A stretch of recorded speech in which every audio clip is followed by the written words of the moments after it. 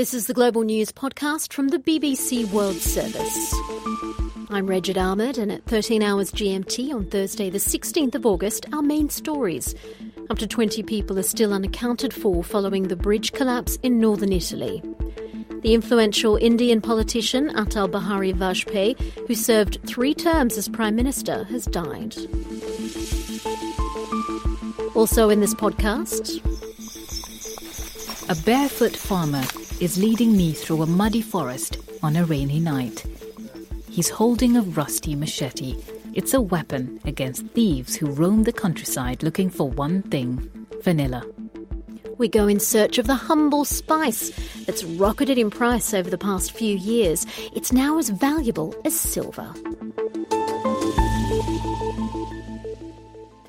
The Chief Magistrate in Genoa has said that as many as 20 people could still be buried under the motorway viaduct that collapsed in the northern Italian city on Tuesday. Francesco Cozzi based the estimate on the number of vehicles believed to have been on the Morandi Bridge at the time and on information from relatives who've not heard from family members since then. The company responsible for maintaining the motorways, Autostrade per l'Italia, expressed its sorrow and sympathy for the victims after the Italian government accused it of caring more about profits. 38 people are confirmed dead. This man, a lorry driver, Luciano Goccia, told reporters how he narrowly survived the tragedy. I had just arrived underneath the bridge. I opened the truck door to get out, and then I felt the roar. When I turned, I was thrown through the air and hit a wall, and I lost my breath. The blast of air that had thrown me backwards saved my life. I was there, in that truck there. I spoke to the BBC's Dan Johnson in Genoa, who told me there was little chance of finding more survivors. There is still a lot going on, and it's clear this morning why, because the chief prosecutor in Genoa has said that there are still 10, possibly 20 people missing who are unaccounted for, and there are families here who've been waiting for more than 2 days now for news. So the rescue teams are determined to carry on sorting through the huge piles of concrete rubble that are strewn across this valley until they find everyone. The country is still coming to terms with this tragedy, but it's also been politicised as well. It certainly has, yes. Politicians have been talking tough and they've been pointing the finger, and they're laying the blame quite squarely at the company that runs Italy's motorway network. Autostrade is a private company that runs contracts to operate the toll motorways, and the accusation from politicians right up to the Prime Minister is that that company hasn't been spending enough on maintaining the infrastructure. There are calls for the management to resign, there are calls for the company to be stripped of its licence, and plans to publish the state contracts that that company holds. The Deputy Prime Minister said that the management executives of the company should resign because they've been charging the highest tolls in Europe at the same time that they were paying the lowest taxes they could by paying their tax in Luxembourg. Even though the investigation work here hasn't properly begun yet, the politicians certainly seem to have concluded that it was a failure of maintenance that led to this disaster. Is there any call or any announcement of a separate independent investigation to really just figure out what happened? There will be a criminal investigation, and that has already been opened, and the prosecutor's office here is talking about charges of the highest level when they find out who they think is responsible for whatever did go wrong here. They're talking about charges of essentially manslaughter and negligent homicide if they can work out exactly who was responsible. The Deputy Prime Minister talked about going back through the maintenance records, seeing who the actual individuals were who were in charge of it, and working out whether they discharged their responsibilities fully, whether this bridge was properly maintained, because people have talked about the state that this bridge was in, the fact that sometimes you would drive over it in high winds and feel it moving, see it moving, the fact that there was parts of the bridge apparently rusting where cables seemed to be degrading. So I think there will be an intense investigation of exactly what state this bridge was in, and it may have to go right back to the original design when this bridge was constructed more than 50 years ago now. Dan Johnson in Genoa.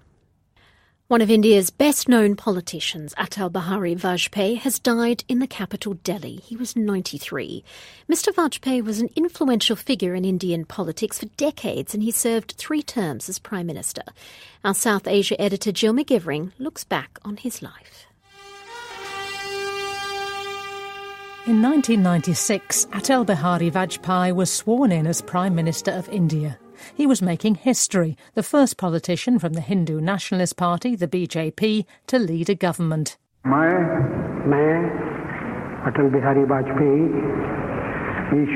At his swearing-in ceremony, he promised to uphold the sovereignty and integrity of India. He was the son of a high-caste Brahmin schoolteacher. As a teenager, he was an ardent Hindu nationalist and dropped out of law school to pursue a career in politics. He was first elected to Parliament in 1957, but for decades the Congress Party, home of the Nehru dynasty, dominated post-independence India, and he had to wait until 1977 to become Foreign Minister in an anti-Congress coalition. His first period as Prime Minister, almost 20 years later, was in the wake of some of the worst race riots since independence. A Hindu mob tore down India's oldest mosque in Ayodhya on the site which nationalists claimed to be the birthplace of the Hindu deity Ram. Thousands died in the subsequent communal violence, which sparked mass Hindu support for the BJP. But it was during Mr Vajpayee's second term in office in 1998 that he enacted a promise which was controversial overseas but popular at home. He staged nuclear tests. The touchstone that has guided us in making the correct choice clear was national security. These tests are a continuation of the policies set into motion that put this country on the path of self-reliance and independence of thought and action. India is now a nuclear weapon state. After the tests, he focused on one of his personal passions, attempts to improve relations with Pakistan. He rode triumphantly into the Pakistani city of Lahore on the first direct bus from India. But Delhi's nuclear programme prompted Pakistan to develop its own. Relations between the two countries deteriorated. India accused Islamabad of arming and training Islamic militants fighting for independence or the merger with Pakistan of the disputed Kashmir region. But it was an attack by Islamic gunmen on India's parliament in December 2001 which brought the two countries to the brink of war. By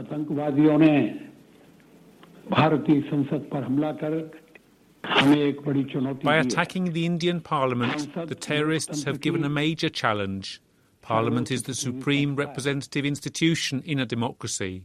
The terrorists deliberately chose the Parliament as their target. Their attack was not on the building. It was a warning to the entire country. Both governments sent massive troop reinforcements to the border. It was only after several months of international diplomacy that tension eased and the crisis passed. Mr Vajpayee's legacy was tarnished soon afterwards by the communal riots in Gujarat, a state governed by the BJP. About 2,000 people, most of them Muslims, died. It was perhaps ironic that it was under Mr Vajpayee, a moderate, poetry-loving Hindu nationalist, that India suffered searing internal strife and came so close to war. Critics say his mild manners hid more extremist beliefs. Supporters say his moderating influence prevented the violence from being much worse. Jill McGivering on the life of the former Prime Minister of India, Atal Behari Vajpayee, who has died at the age of 93. The Islamic State group in Afghanistan says it carried out a suicide attack on a tuition centre in the capital Kabul on Wednesday.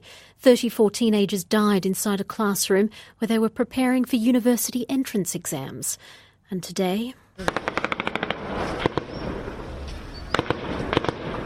militants launched a gun attack on a training centre used by the intelligence services. After a standoff lasting several hours, officials said the 2 gunmen involved had both been shot dead. So does the government really have control of the situation in the country? Rebecca Kesby spoke to Dr. Majib Rahimi, spokesman for the Afghan government's chief executive officer, Abdullah Abdullah.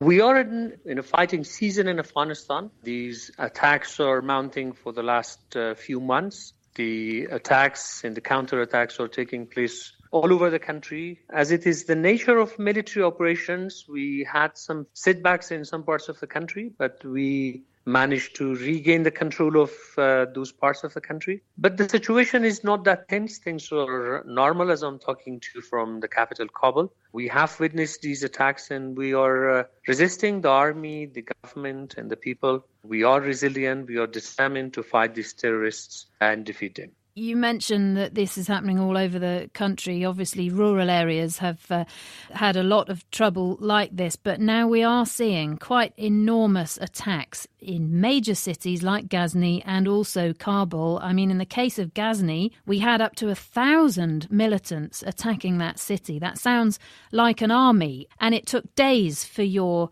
troops to be able to get back control of Ghazni with the help of the American attack helicopters and so on.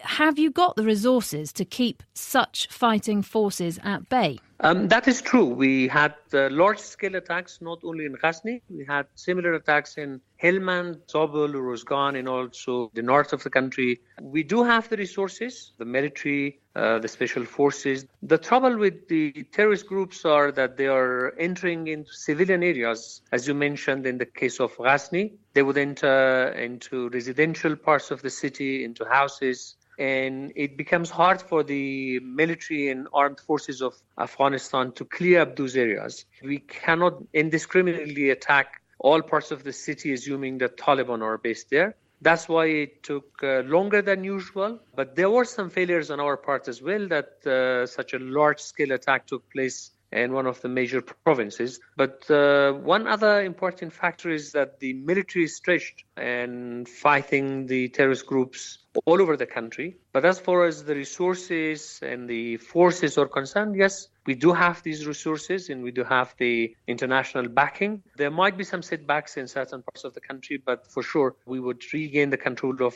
those parts of the city. As you are aware of the fact that there are talks of negotiations and talks between the Afghan government and the Taliban, and these terrorist groups, with their backing mainly from Pakistan, attempt to gain some ground to be able to negotiate from a position of power and strength, but we have denied them that strength in that position. Dr. Majib Rahimi. Vanilla, the humble spice found in everything from ice cream to perfume, has skyrocketed in price over the past few years. It's now as valuable as silver. Only 1% of vanilla eaten around the world is from vanilla beans, though, and they've become so expensive that many ice cream shops have taken it off the menu. Other buyers have switched to artificial versions. Most of the world's vanilla beans come from the island of Madagascar. So what impact have these high prices had there? Nancy Kachingira went on a long journey to find out. A barefoot farmer is leading me through a muddy forest on a rainy night. He's holding a rusty machete, but it's not for cutting down vines or stubborn branches. It's a weapon against thieves who roam the countryside looking for one thing: vanilla. The problem has been going on for some time now. If we don't guard our vanilla, we will lose everything. We have to be vigilant so we don't get killed. For months, farmers like Isidore Moradello have been camping in the forest to watch over their crop. Neonto Line is tending a fire in their makeshift guard post. We sit in the cold at night. My husband was already attacked once. When he sleeps, I don't sleep. When I sleep, he stays awake. The thieves don't only operate at night. The next day, in the village of Ambanizan that sits at the edge of the forest, I meet Léon Shah. He's with his wife, Oristin, in the garden where they grow vanilla. Last year, his whole crop was snatched from here in broad daylight. I was working in the rice field when the vanilla was stolen. The thieves quickly took their chance to steal it. I was so sad. I cried because we lost everything. I didn't have money to send my children to school, and my family has been suffering all year. In Léon's garden, I noticed something odd. I'm holding about 30 firm, green, smooth vanilla pods in my hand now. I've just noticed that they're inscribed. There are markings on them, and I can just make out a name. Farmers here are now branding individual vanilla pods, an extraordinary but necessary safety measure. Despite the insecurity, the price rises have been positive for many of Madagascar's vanilla farmers. Some profits are being invested for the long term. I come across a new sawmill processing wood for houses and furniture, and something a little grander too. Wow, it's a full-on construction site.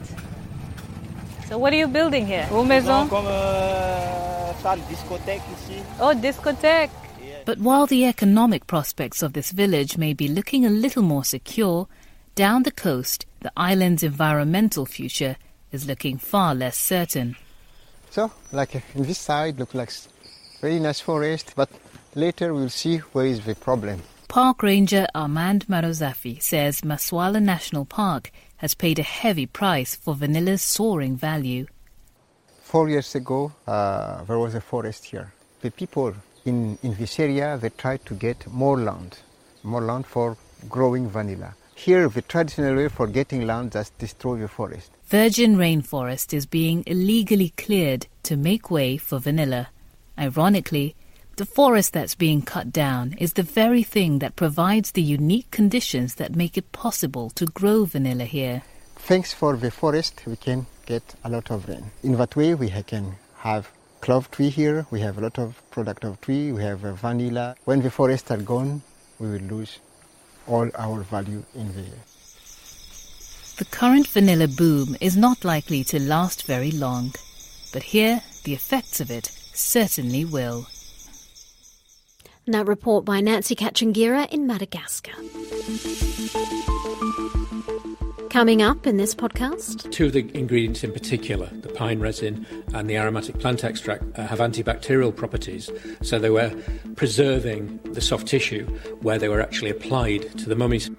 Unlocking the mysteries of ancient Egypt, new research shows that the Egyptians developed sophisticated embalming treatments much earlier than previously thought. Now, it was a case as shocking as it was brazen. The half-brother of North Korea's leader murdered when a deadly nerve agent, VX, was smeared on his face at Malaysia's bustling Kuala Lumpur International Airport last year. Now a judge has decided the two women accused of killing Kim Jong-nam will face trial. Both could face the death penalty if they're convicted. After the ruling, one of the women's lawyers, Guisen Seng, spoke to reporters. We are still very confident that we have a good defense. It does not mean that the judge has found them guilty. What it means at this stage is that the judge finds that there's a prima facie case made out against them and that the case must proceed. Now the court wants to hear their version of the story.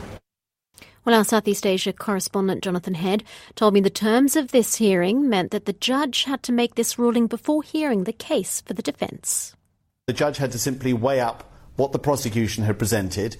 He said the security camera footage does show enough that it must be these two women and that they definitely played a frontline role in the attack on Kim Jong-nam, and one of them is seen putting her hands over his face. He also talked a lot about intention. That was kind of interesting. He said you can't prove intention. He said their actions were deliberate. That suggests intention. Now, I think the defence will challenge that very robustly when the trial gets going with full hearings, because, of course, what they say is, yes, they were deliberate because they thought it was a prank and they'd done many practice runs before with harmless materials. That's what they thought they were being paid to do.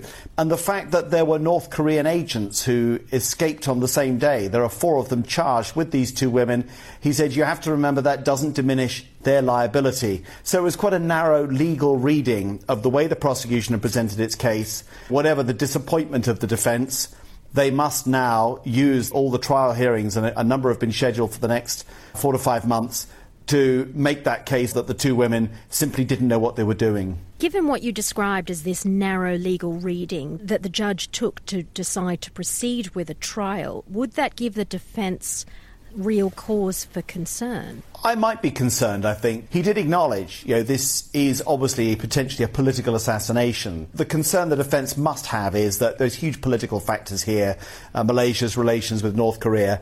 The prosecution have tried not to mention North Korea at all. They've gone out of their way really not to talk much about the 4 men who were with the 2 women and who we believe organised the whole attack. In fact, there's evidence they're very senior North Korean agents. It was barely mentioned, and the government hasn't either. And I think the worry the defence has is that because the government cannot go after North Korea, it's unable to get any cooperation to get those agents back, that they're simply going to try to pin the whole thing on these 2 women. Have we heard any reaction from their families? They must be quite disappointed at this latest turn of events. Their families are very poor, living in small villages in Vietnam and Indonesia. We've heard very little from them, and what we've heard is they feel obviously very distressed and very powerless. The 2 women themselves actually looked quite shocked today. Their lawyers had expressed quite openly confidence that given the context of this, the obvious fact that these women have no political background at all, that the case would be dismissed against them. So I think, it is a setback for them, and, obviously they've been in prison a very long time now. It's obviously quite distressing. And the judge is talking about hearings going through till January or February next year. From past experience, that timeline could go on even longer. Jonathan Head. The UN Secretary-General Antonio Guterres has welcomed the calming of tensions in and around Gaza. He said the Israelis and Palestinians had responded to calls to avoid another devastating conflict. Our Middle East analyst Alan Johnston reports. At times in recent days, it seemed Gaza could be plunged into all-out war. Amid extreme tensions on the territory's border, Hamas militants launched waves of rocket fire and Israel carried out many airstrikes. But Egyptian mediation efforts helped to halt the hostilities. On Wednesday, Israel eased its blockade of Gaza, and it says if the calm continues, it'll aim to increase fuel supplies. The Egyptians hope they can build on this improving atmosphere. They're still working to try to broker a long-term ceasefire. Alan Johnston. Now, for better or worse, Wi-Fi has changed our lives. Well, now American researchers think it could save lives too. Here's Jonathan Savage. If we're not using it, we're either searching for it or complaining about a lack of it. Now, as impossible as this may sound to those of us who live our lives online, American researchers have found a way to make Wi-Fi even more important. According to a study from Rutgers University, common Wi-Fi can help detect chemicals, weapons and explosives. Professor Yingying Chen helped carry out the research. Here comes the science bit. If we extract the channel state information from Wi-Fi, which can provide fine-grained wireless signals that could help us to detect suspicious objects, because the channel state information, they react differently for different kinds of materials, such as metal, liquid, or just regular clothes. So what about the practical uses? We're used to calculating extra time into our day when arriving at a concert, museum or sporting event. For the people who run these places, the current security measures are often time-consuming and expensive. Yingying Chen believes using Wi-Fi instead of X-rays could change all that. Usually we involve a lot of manpower. We need to hire people. They have to go through each bag manually. Okay, so what we're thinking is that if it's possible, we can find a low-cost system that utilizes the existing wireless signals, because wireless signals is almost everywhere these days. When the X-ray-based security screening are not available, we feel that the Wi-Fi-based approach could be very appealing to the general public. And is it 100% effective? Not quite. Somewhere between 90 and 99% depending on the substance and how it's concealed. But the researchers say they'll keep working on the technology. They hope that soon Wi-Fi will signal security. Jonathan Savage. Now, in another discovery, scientists in Britain say they've identified a potential treatment for acute liver failure that could reduce the need for transplants. Researchers used a cancer therapy on mice to block a chemical signal which is released after damage to the liver. Acute liver failure in the Western world is often caused by overdose of paracetamol, and in the developing countries, it's caused by viral hepatitis. For more details, Michelle Hussein spoke to Dr. Tom Bird from the University of Edinburgh, who led the study. We were able to show that a process that's typically associated with aging, or that the body might use to shut down the very earliest forms of cancer, becomes activated very quickly in sudden acute liver injury, even in the young, healthy liver. And this is important because this process known as senescence actually prevents the regeneration of the liver after injury. And we were able to show in models that this senescence is actually contagious and can spread from cell to cell throughout the liver, shutting down the liver's regenerative capacity. So in our research, we were able to unpick the mechanism by which that contagion in the liver happens and use a class of drug that's currently being developed as an anti-cancer therapy to block that spread. And when we did that, we stopped senescence, we improved regeneration, and most importantly, we were able to allow survival in a mouse model that was otherwise fatal from paracetamol injury. Because the liver is an organ that has the capacity to regenerate itself, but in the case of acute liver failure, that ability is shut down. That's right. So some people that have a transplant for liver failure, which is the life-saving treatment for those with the most severe form, actually have the raw materials in their liver to be able to regenerate. It's just that they're not working.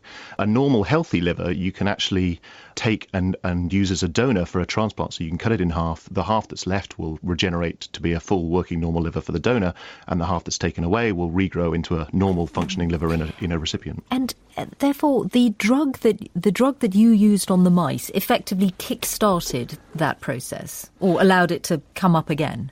Yeah, that's right. It's a bit like setting it free. So this process of senescence actually binds it and prevents regeneration in the liver. And we're unshackling that, setting it free. And what are the chances of a trial on humans? Well, that's obviously the next big step, and we're some way away from doing that, so this is probably a few years away, but we need to show that this drug class will be safe in patients with acute liver disease and has the same efficacy as it does in our mouse studies. I mean, how confident would you be that you could replicate what you did with the mice? Yeah, well, we know that the same process is going on in human liver disease. So we're pretty confident, but obviously there's a long way to go. But if it did work, it would mean people who are on transplant waiting lists would have another route or another course of action that might avoid that need. Yeah, potentially. And the really exciting thing about that is that may also free up transplants for other patients. Obviously, our research is focused on very sudden liver failure, things like paracetamol, and many people on waiting lists are actually there for chronic liver disease, which is a slightly different process. But we're hopeful if we can improve the outcomes for some people on the waiting list, that may impinge on others too. Dr. Tom Bird from the University of Edinburgh. New research shows that the ancient Egyptians developed sophisticated embalming treatments much earlier than previously thought. Extensive forensic tests on an intact prehistoric mummy in the Egyptian Museum in Turin have revealed what is thought to be one of the first recipes they used to preserve bodies. Stephen Buckley, an archaeologist from the University of York in northern England, has been following the findings.